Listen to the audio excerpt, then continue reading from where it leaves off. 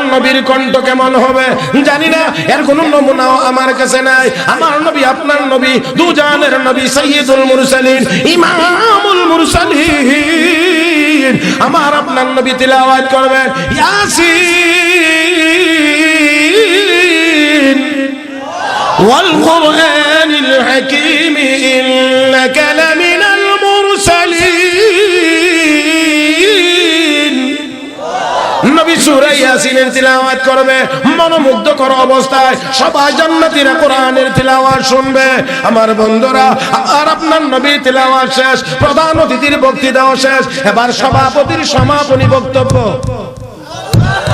সভাপতিকে আর আসতে কোন জোরে মালিক রে ডাক দেন আল্লাহ, আর মহব্বতে বলেন আল্লাহ। আমার আল্লাহ ডাক দিয়ে বলবেন যে জাতি বান্দা বান্দিরা, আমার কোরআন আমার কালাম, কিন্তু আমার জবানে কোনোদিন তেলাওয়াত শোনো নাই। আমি স্বয়ং আল্লাহ আজকে নিজে তেলাওয়াত করে শোনাইব। এই আমার আল্লাহর কণ্ঠ কেমন হবে? হিচে কাসদার মুলকে ও আম্বাজ নে, হিচে কাসদার মুলকে ও আম্বাজ নে, কওলে ওরা লাহনা নে আওয়াজ নে।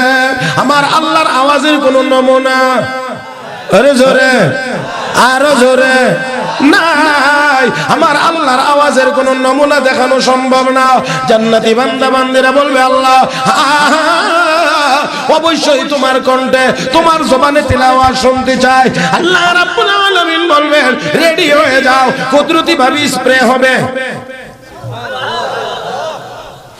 স্প্রে হবে, এমন একটা স্প্রে হবে সকল জান্নাতীরা ওই প্যান্ডেলের ভিতরে আগের চেয়ে আরো বেশি উন্নত একটা অনুভূতি তাদের মধ্যে জাগ্রত হবে, সবাই মোহিত হয়ে যাবে।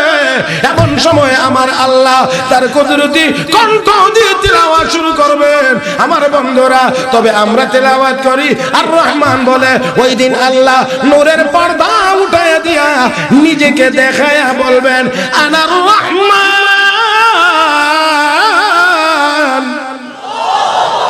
আমরা পড়ি আর রহমান, আমার আল্লাহ নিজেকে দেখায় বলবেন আনার রহমান।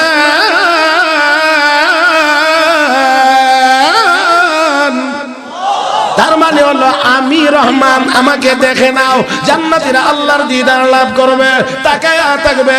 ও বন্ধুরা, রহমতের নবী বলেন ইন্নাকুম সাতারাউনা রাব্বাকুম কামা তারাউনা হাযাল কামার লা তুদাম্মুনা ফি রুয়াতিহি। উম্মত রে, পূর্ণিমার চাঁদ দেখতে তোমাদের যেমন অসুবিধা হয় না, ওই দিনও আল্লাহকে দেখতে কারো অসুবিধা হবে না।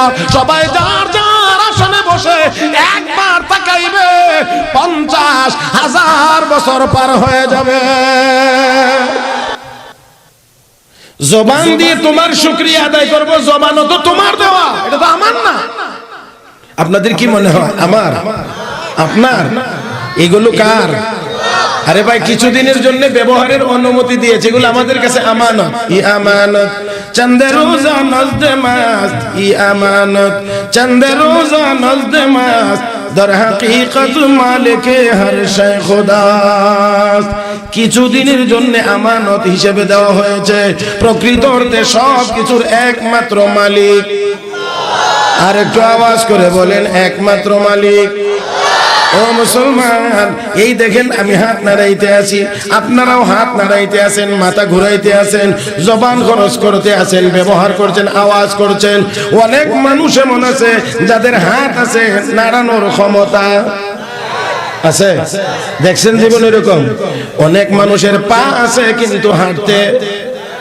হেরে মুসলমান, তাকায়া দেখেন অনেক মানুষের এই আমার আপনার চেয়ে বড় সুন্দর চেহারা, সর্বদিক দিয়ে সুন্দর, কিন্তু একটা কথাও বলতে আছে এমন মানুষ। তাহলে বোঝা গেল এইগুলো আসলে আমার আপনার না, সবগুলো কার? আমরা জবান লড়াইয়া, জিহ্বাটা লড়াইয়া, দাঁত আর ঠোঁটের সাহায্যে আমরা কথা বলে থাকি। যেই মানুষটা বুবা, ওই মানুষটারও জিহ্বা আছে, ওই মানুষটারও দাঁত আছে, ওই মানুষটারও ঠোঁট আছে, কিন্তু কথা বলতে পারে না। আমার আল্লাহ লক করে দিয়েছেন, দাঁতও আছে, ঠোঁটও আছে, জিহ্বাও আছে, এরপরও কথা বলতে পারবি না। এই লক কে করে দিয়েছেন? ইন্নামা আমরুহু ইযা আরাদা শাইআন আন ইয়াকুলা লাহু কুন ফায়াকুন।